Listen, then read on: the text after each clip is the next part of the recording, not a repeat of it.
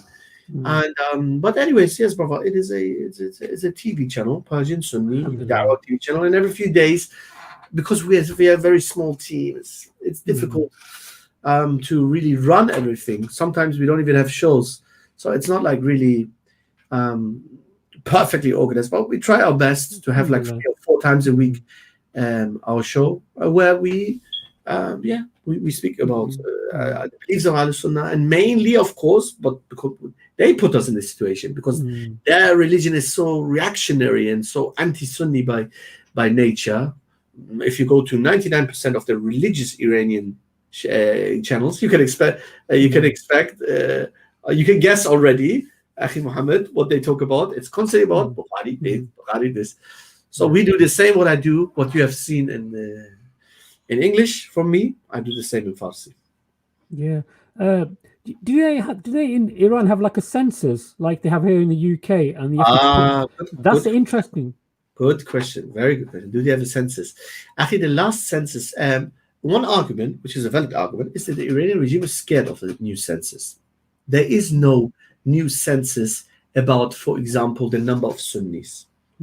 Or even the most recent census. You can go, on the CIA website. I always go there. They have good stuff. If you go on the CIA website, they have censuses or their estimates about the Sunnis, but about all minorities and groups in the world and segments of societies. The CIA, I think, claims that there are 10%, but based on outnumbered based on not outnumbered, based on old data. The CIA says that there might be 10% Sunnis in Iran. This is extremely old. This is Iranian numbers, Iranian regime numbers. And as you know, oppressive regimes love to put the number of the minorities down. Even some Sunni, other people, come on, most of our governments are not in a real sense Sunni. They don't even claim to be Sunni. This country claims to be not the Shia, but to be the representative of the 12th Imam. So no, Akhi, there are no, and here right now, I live in London, Akhi. They sent me a letter, my borough. They sent me a letter, 2021 census. Yeah, I've got one. You know what is all? No, they don't do this, Akhi. They're scared. And I tell you why they're scared. Because, Akhi, you can check it online. I give you the Sons of Sunnah website. I wrote an article about the rise of the Sunni population in Iran and the fear of the Iranian government of the increasing population and birth rate amongst Iranian Sunnis. So you can imagine if 10% were the numbers 20 years ago and more, 10% of the Iranian population. I wouldn't be shocked if if Sunnis have reached 20%. I wouldn't be shocked. Subhanallah. Definitely. Actually, I know some well-educated Iranian Sunni researchers. They say no, this is an underestimate. The number is at least 25 to 30%. But that sounds too high to me. I estimate 20%. That the Sunni population of Iran is. There's a question here which I don't really understand. I don't know. Maybe you can deal with that, or I don't know this. I don't know. Yeah, I think I have briefly heard about this Nazanin Zaghari or something. There's someone, I don't know, imprisoned in Iran for something. And this Boris Johnson is supposed to help. He doesn't help much. Okay, that's politics. Okay. That's politics. Yes. I don't know. Okay. In the next 10 minutes or so, because I've got another podcast at 5 o'clock. And then I've got another podcast at 7 o'clock. Podcast.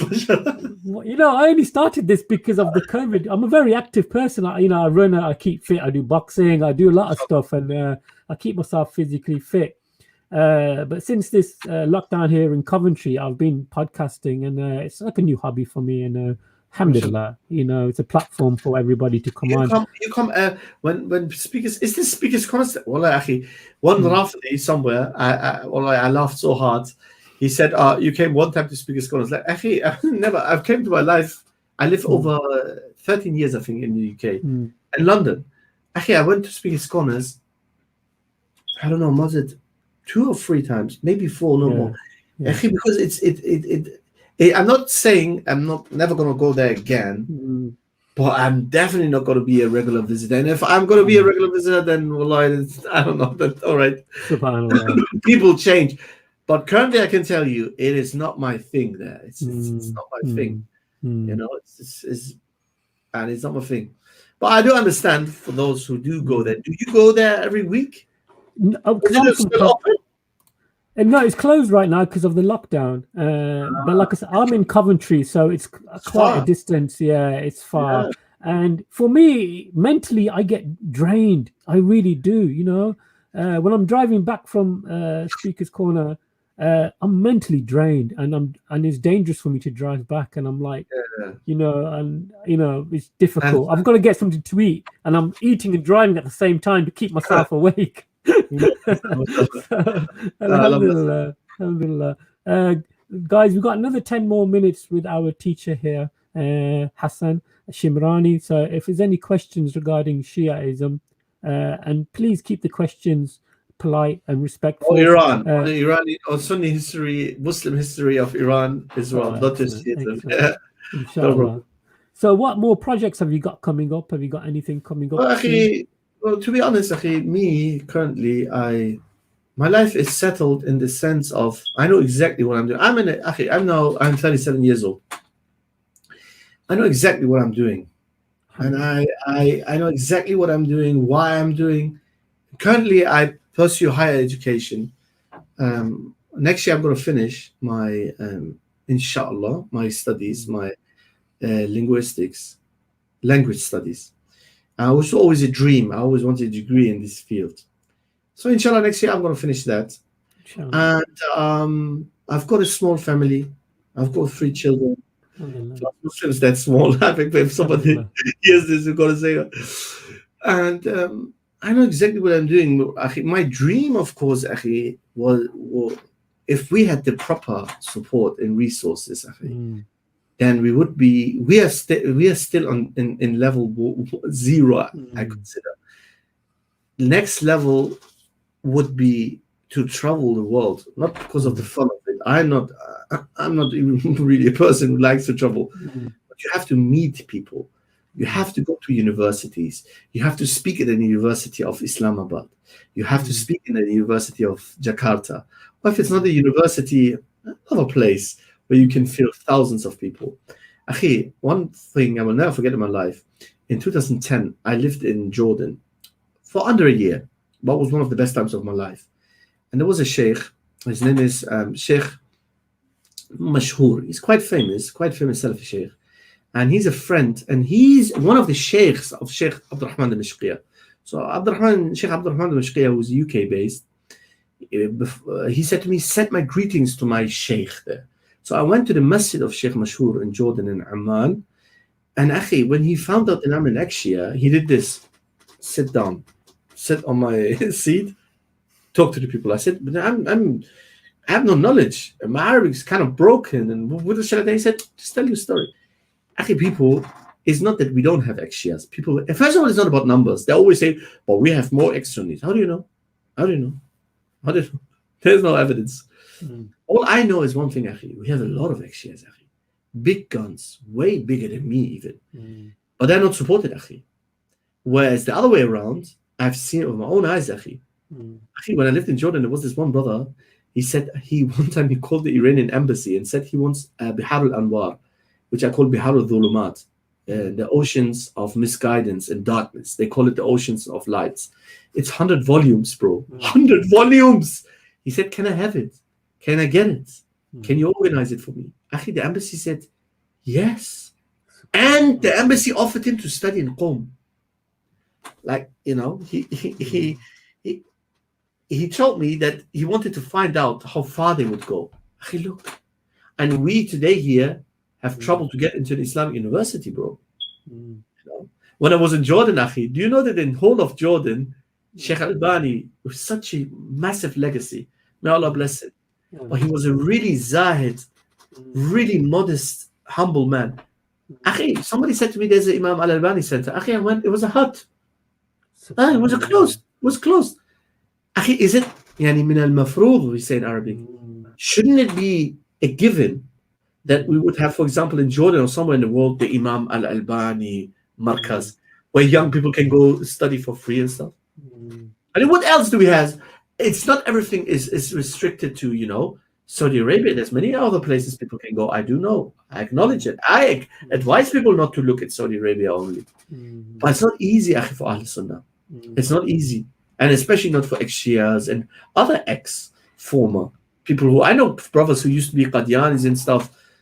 You know, it's not easy to live Qadiani sect. It's not easy to live the 12 sect for some. Although in my situation, alhamdulillah, my parents are Iranian. They're ultra secular. When I left Shiism, by the way, you didn't ask this, nobody asked this. When I left Shiism, my parents' reaction was, as long as you do good in school, and you know, the Iranians don't care about this, Akhi. Iranian Shias, the irreligious ones, were the majority, by far. They said, as long as you clean, no drugs, no criminal activities, you can worship Buddha, Muda, Shuddha, Hindu, Pundu, Mundu, said my father. Something literally like that. I was like, all right. Subhanallah. Subhanallah. There's a question here on the screen. I don't know if you can see it.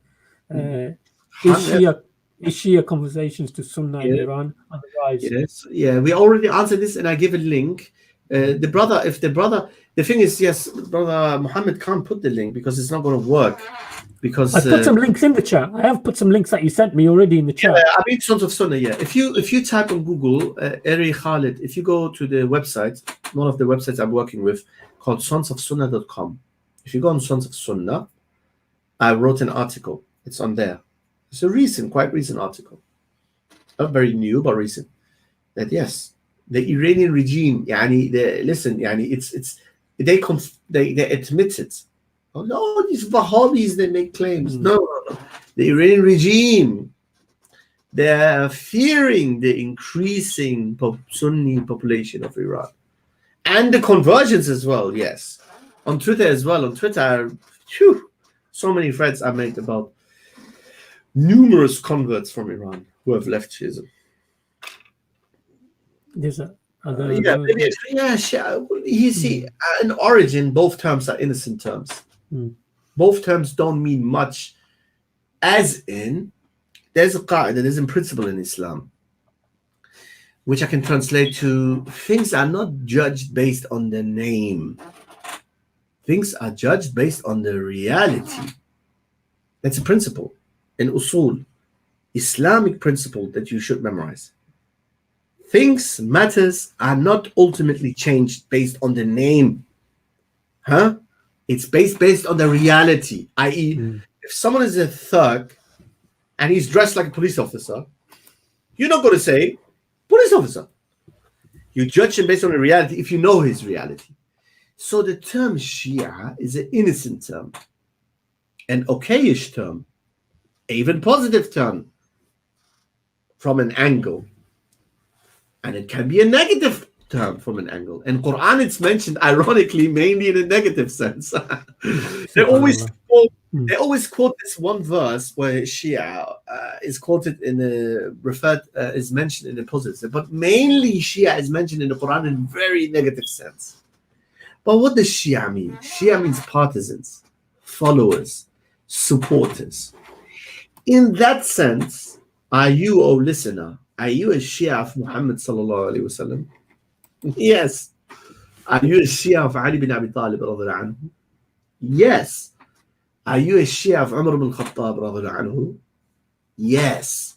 But Sunni is someone who follows the Sunnah. And very briefly, I do this. Later on, in later stages, these terminologies have become, they are loaded now with religious meanings. So when today someone says the Shia, he means a specific group of people with different beliefs, not just someone who's, because if someone says, well, I'm a Shia, I'm a follower of Ali, I love Ali. Yeah, well, I'm a follower of Ali, I love Ali. In that sense, I'm a Shia too. That's right, yeah. But in that sense, but in the lughawi, linguistic sense, they're all Shias. We are all Sunnis. We are all Shias and Sunnis. But in the Shari'i sense, we are not Shias. Rather, we seek refuge in Allah from becoming Shia, Rafida, Kharijis, Zaydis, because all of them are Ahlul Bid'ah wa Dhalala. They are all people of misguidance. And we seek refuge in Allah from becoming like them, being like them. Ameen. We coexist with them. They might be our neighbors, but we have nothing to do with their aqidah, and they have nothing to do with our aqidah. And no, we're not the same when it comes to aqidah. No, we're not. We're not. Our Ali is not their Ali.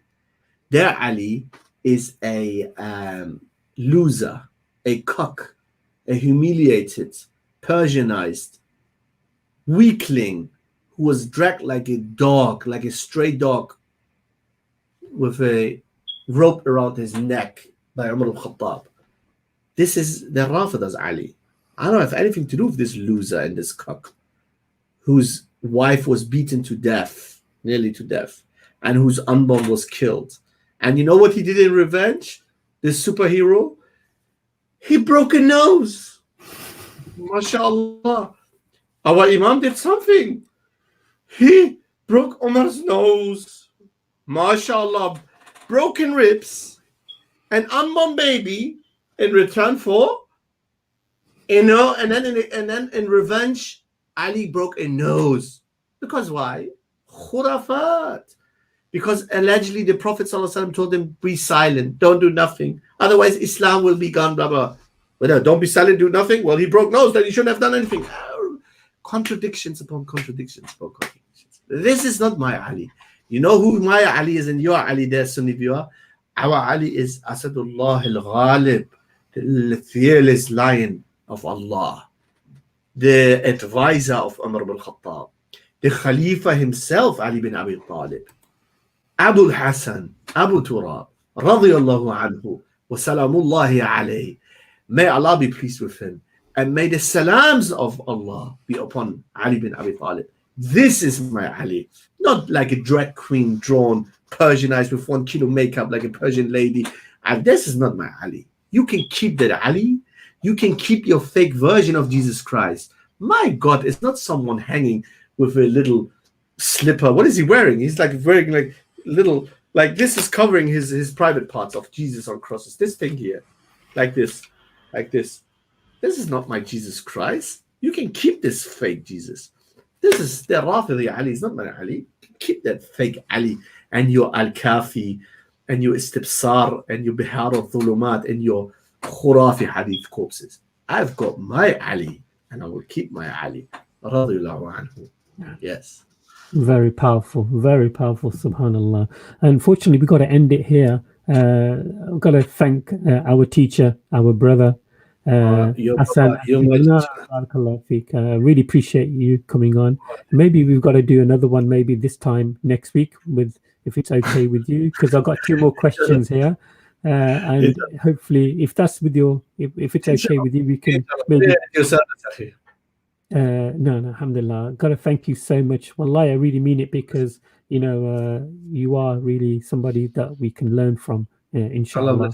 And we haven't really touched, I think we touched a little aspects of Shiaism, but there's a lot more to talk about and discuss. And we're going to try our best to be polite and respectful. So it's not like a Shia bashing or anything like this. This is for everybody to understand and to learn from also. So please, the viewers and the people who are going to watch it later on, please understand that this is not a Shia bashing at all. Feel free for any Shia to come on maybe next week at 3 o'clock. Hopefully we have Brother Hassan Shimrani, and you can ask him directly any questions, hopefully, if that's okay with you. Hassan? Okay, I tell you here, any of them, because the main speakers, they're cowards. They came with the most ridiculous. I'm not saying every single of them, because technically I did, but I can't blame them if they didn't reach them. But those who I've challenged and reached them. Akhi, the cowards, they came with the most childish excuses not to debate. So, Akhi, if next week anybody, but with a condition, just like I'm man enough, I show my face. He just needs to show his face. And then he can come here and discuss the crux of the matter. No, I'm not going to discuss the shoe size of Umar al-Khattab, for all due respect. It's not mocking. You say, I took Umar as an example. He's a human being. The shoe size of Ali, or what food Ali liked, or the conflict there. Wallahi, none of this will disprove Sunnism nor prove Shiism, right? Then I might as well become a Zaydi or something. Imam of the 12 Imam. And you show your face here. Even if you're completely nobody and your name is Abu Babu Shabu, I don't care. I would sit here and discuss with you. But these are the two conditions. Only two conditions. Brave enough, man enough to show your face and to discuss the main matter. Prove to me that imama, your type of imama, is crucial to our salvation and the belief in the 12 Imams is a command by Allah and His Messenger. And that no human being on earth has an excuse for that. Because wallahi, thumma wallahi, wa tallahi, you don't have evidence for that. No divine evidence for that. No hujjah for that. You don't have. And if you have it, bring it on. I've got a couple of more questions. I've got 10 minutes and I've got to really, get ready for my next podcast. The brother Ahmed Saad, he's asking a question. He's a big fan of yours. And okay, this can be the last one. And we've got 5 minutes. I apologize, but we've got 5 minutes. Can you see the question? Shia has always claimed that Imams are infallible. Is there any narration from their sources that proves it otherwise? There's many narrations in their books. But here's the thing, brother Ahmed Saad. I know the questioner itself sounds like a person intelligent enough. He knows the answer to this question, which is they will do ta'wil. They will reinterpret their narrations. For example, I give you one example, Ahmed. They have a lot of narrations and adiyah, narrations and du'as of the Imams, where the Imam said, I have committed a sin, a mistake, and this and that. You know what they say? They say, no, that means tark al-awla. Tark al-awla. That means the Imam left something that is mubah, that is better.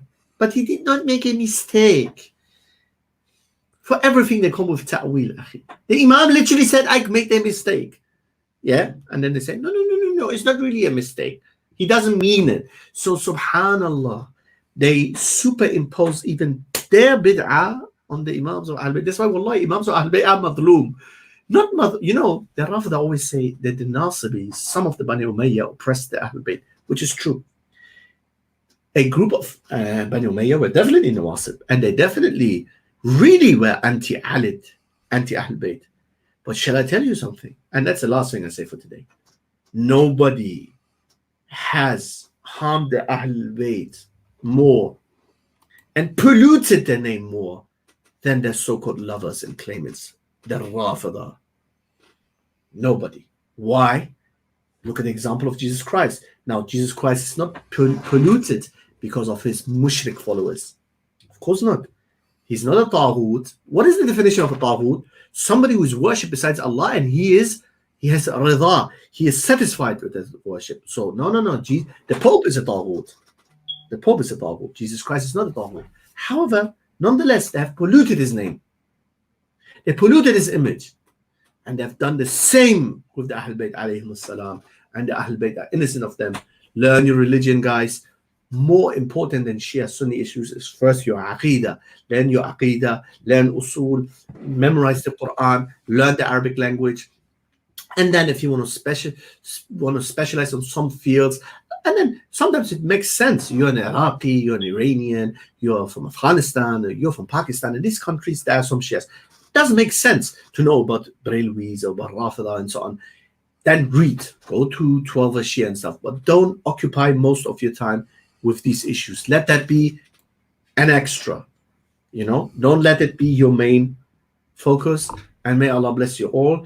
If I hurted anybody's feeling from the awam, from the laity of the Shias or anybody else, That was not my intention. I wish you nothing but the best and guidance. However, if I hurted the feelings of those extremists and the Rafida and these the propagandists, then that was absolutely intended. And that was it for today, Akhi. I hope you benefited. I benefited from being here with you guys. 𝗦𝗧𝗦𝗕𝗦𝗧. Ameen wa yak. It's been nearly 2 hours, alhamdulillah. Really?